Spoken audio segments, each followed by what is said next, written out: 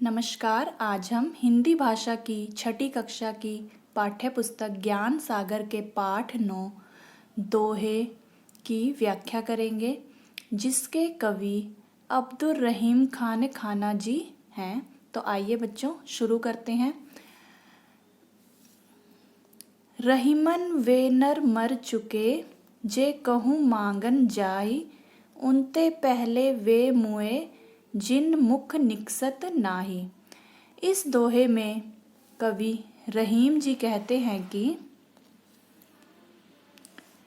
कि ऐसे मनुष्य जो हैं, ऐसे नर, यहाँ पर नर मनुष्य के लिए प्रयोग किया गया है कि ऐसे मनुष्य जो हैं वह मर चुके हैं, उनकी अंतरात्मा जो है वो मर चुकी है, जो मांग मांग कर अपना गुजारा करते हैं, अर्थात जो कहीं मांगने जाते हैं, बिल्कुल सही सलामत होते हुए भी वे भीख मांगते हैं और अपना गुजारा करते हैं।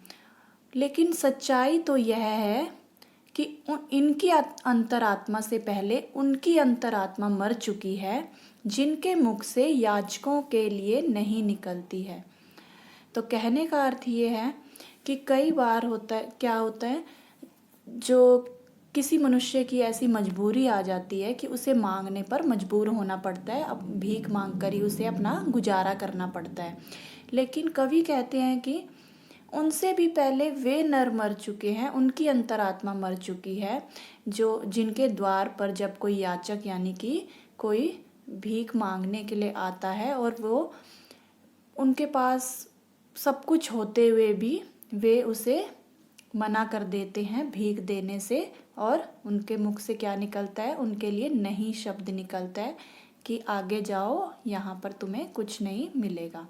तो कवि ने यहाँ पर यही बताया है कि सबसे पहले तो वो कहते हैं कि ऐसे मनुष्यों की अंतरात्मा मर चुकी है, जो मांग मांग कर अपना गुजारा करते हैं, अर्थात जो कहीं मांगने जाते हैं।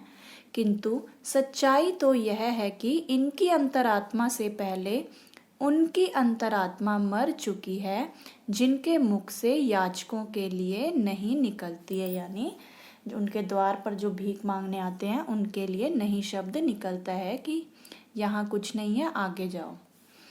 आगे बढ़ते हैं अगले दोहे की ओर।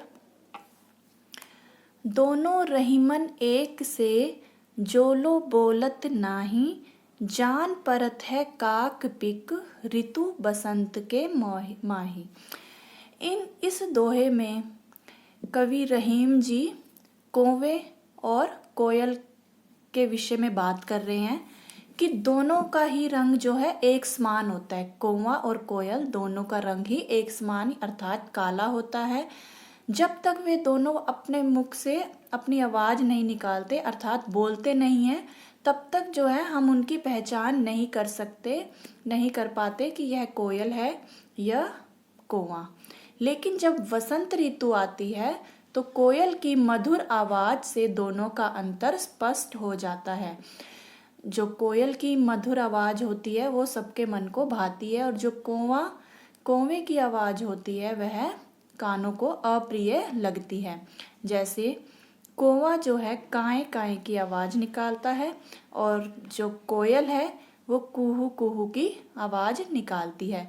तो इस दोहे में कवि रहीम जी ने यही बताया है कि कौवा और कोयल का रंग एक समान होता है, जब तक वे बोलते नहीं तब तक इनकी पहचान नहीं हो पाती। लेकिन जब वसंत ऋतु आती है तो कोयल की मधुर आवाज़ से दोनों का अंतर स्पष्ट हो जाता है। आगे बढ़ते हैं अगले दोहे की ओर। तरुवर फल नहीं खात है, सरवर पीह न पान, कही रहीम पर काज हित, संपत्ति संचय सुजान। यहाँ पर तरुवर पेड़ की बात की गई है और सरवर यानी सरोवर की बात की गई है, और संपत्ति यानी धन दौलत, संचय यानी जो हम उसका संग्रह करते हैं, संभाल कर रखते हैं, बचाते हैं, और सुजान यहाँ पर सज्जन के लिए प्रयोग किया गया है। इस दोहे में कवि रहीम जी कहते हैं कि जिस प्रकार वृक्ष यानी कि पेड़ स्वयं अपने फल नहीं खाता, फल नहीं खात है, कि जब तक जो पेड़ है वह जिस प्रकार अपने फल नहीं खाता है, उसी प्रकार सरोवर भी अपना यानी सरोवर भी अपना पानी स्वयं नहीं पीता। उसी प्रकार जो सज्जन पुरुष होते हैं, उसी प्रकार सज्जन पुरुष दूसरों के हित के लिए धन दौलत का संग्रह करते हैं। अर्थात यदि धन दौलत का संग्रह करना है तो दूसरों के हित के लिए करें। कहने का भाव ये है कि जिस प्रकार पेड़ अपने फल स्वयं नहीं खाता और सरोवर अपना पानी स्वयं नहीं पीता, उसी प्रकार जो सज्जन व्यक्ति होते हैं वह जो धन का संचय करते हैं, धन दौलत का संचय करते हैं, वह सदा दूसरों की भलाई के लिए करते हैं। और ऐसा ही करना चाहिए और दूसरों के हित के लिए ही, अगर धन दौलत का यदि हमें संग्रह करना ही है तो दूसरों के हित के लिए करना चाहिए। आगे बढ़ते हैं अगले दोहे की ओर। कही रहीम संपत्ति सगे, बनत बहुत बहुरीत, बिपती कसोटी जे कसे, सो ही साचे मीत। इन पंक्तियों में, इस दोहे में कवि रहीम जी का कहना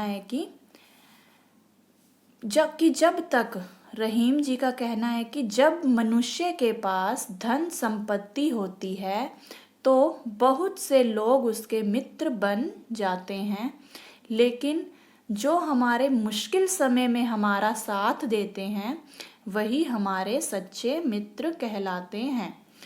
कहने का भाव यह है कि जब तक हमारे पास धन दौलत है, संपत्ति है, तब तक हमारे बहुत से मित्र होंगे, लेकिन हमारा जो सच्चा मित्र है वो वही होगा जो हमारी मुश्किल घड़ी में, यदि आज हमारे पास पैसा नहीं भी है तो भी हमारे साथ खड़ा है, तो वही हमारा जो सच्चा मित्र कहलाएगा। यहाँ पर साचे का अर्थ है सच्चा, मीत का अर्थ है मित्र, और विपत्ति कसौटी यानी कि जो कठिन मुश्किल घड़ी में जो साथ दे। ठीक है, आगे बढ़ते हैं अगले दोहे की ओर। रहीमन निज मन की बिथा, मन ही राखो गोए, सुनी अठी लेहे लोग सब, बांटी न लेहे कोय। इस दोहे में रहीम जी कहते हैं कि अपने मन के दुख को मन के भीतर ही छिपा कर रखना चाहिए।